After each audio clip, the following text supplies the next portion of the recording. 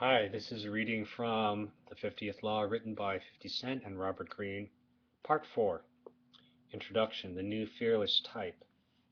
This past, the Negro's past, of rope, fire, torture, death, and humiliation, fear by day and night, fear as deep as the marrow of the bone, this past, this endless struggle to achieve and reveal and confirm a human identity, yet contains, for all its horror, something very beautiful.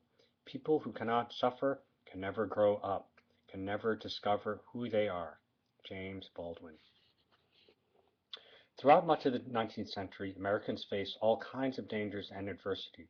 The hostile physical environment of the frontier, sharp political divisions, a lawlessness and chaos that came out of the great changes in technology and social mobility. We responded to this constrictive environment by overcoming our fears and developing what came to be known as a pioneer spirit, our sense of adventure, and our renowned ability to solve problems. With his growing prosperity, with our growing prosperity, this began to change. In the 20th century, however, one environment remained as harsh as ever, the black ghettos of inner city America. And out of such crucible a new fearless type came forward, exemplified by such figures as James Baldwin, Malcolm X, and Muhammad Ali. But the racism of the times constricted their ability to give full rein to this spirit. In recent times, newer types have emerged from inner city America with more freedom to advance to the highest points of power in America, in entertainment, politics, and business. They come from a wild, Wild West-like environment in which they have learned to fend for themselves and give full rein to their ambition. Their education comes from the streets and their own rough experiences. In a way, they are throwbacks to the freewheeling types of the 19th century who had little formal schooling but created a new way of doing business. Their spirit fits the disorder of the 21st century. They are fascinating to watch and in some ways have much to teach us.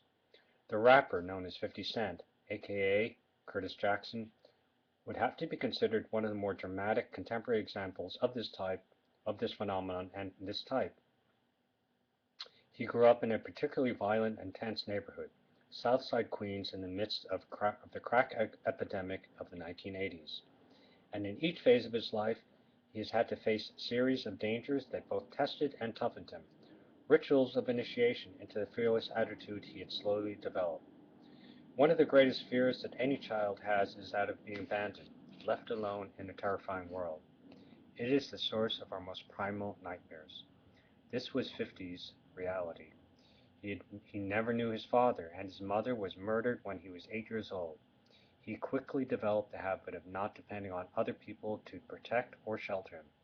This meant that in every subsequent encounter in life in which he felt fear, he could turn only to himself.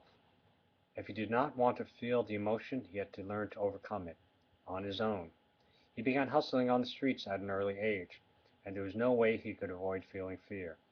On a daily basis, he had to confront violence and aggression, and seeing fear in action so routinely, he understood what a destructive and debilitating emotion it could be.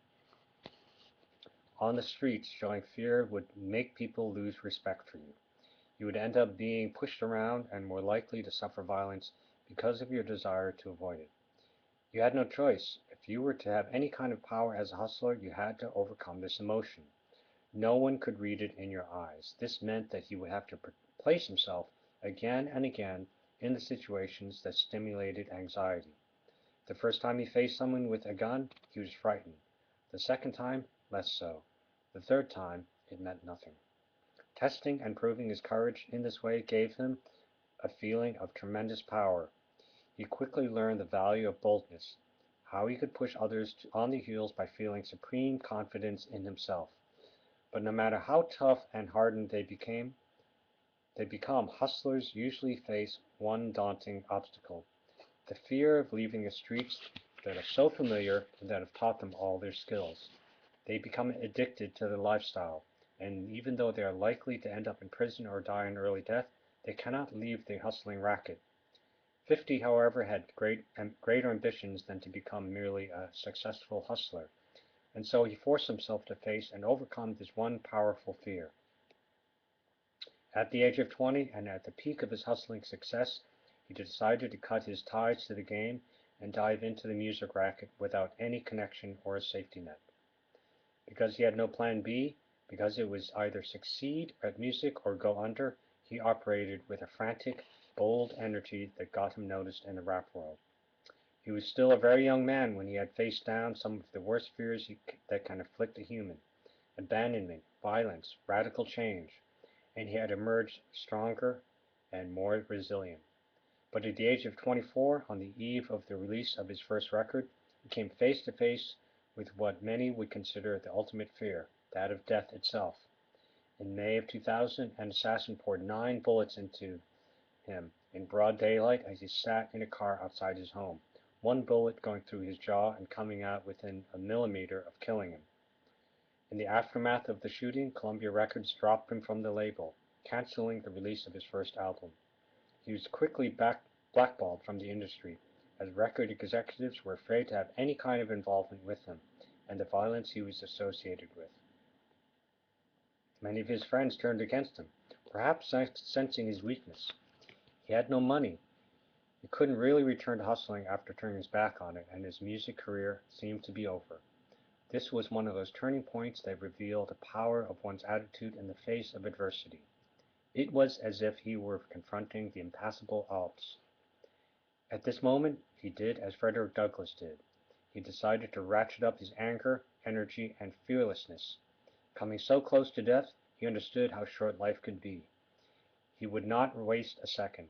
He would spurn the usual path to success, working within the record industry, nabbing that golden deal, and putting out the music they thought would sell. He would go his own way, launching a mixtape campaign in which he would sell his music or give it away for free on the streets. In this way, he could hone the hard and raw sounds that he felt were more natural to him. He could speak the language of the hood without having to soften it at all. Suddenly he felt a great sense of freedom. He could create his own business model, be as unconventional as he desired. He felt like he had nothing to lose, as if the last bits of fear that still remained in him had bled out in the car that day in 2000. The mixtape campaign made him famous on the streets and caught the attention of Eminem, who quickly signed 50 to his and Dr. Dre's label, setting the stage for 50's meteoric rise to the top of the music world in 2003, and the subsequent creation of the business empire he had forged since. We are living through strange revolutionary times. The old order is crumbling before our eyes on so many levels, and yet, in such an unruly moment, our leaders in business and politics cling to the past and the old ways of doing things. They are afraid of change and any kind of disorder. The new fearless types, as represented by 50, move in the opposite direction. They find that the chaos of the times suits their temperament. They have grown up being unafraid of experimentation, hustling, and trying new ways of operating. They embrace the advances in technology and make others secretly fearful. They let go of the past and create their own business model. They do not give in to the conservative spirit that haunts corporate America in this radical period. And at the core of their success is a premise, a law of power that has been known and used by all the fearless spirits in the past and is the foundation of any success in the world.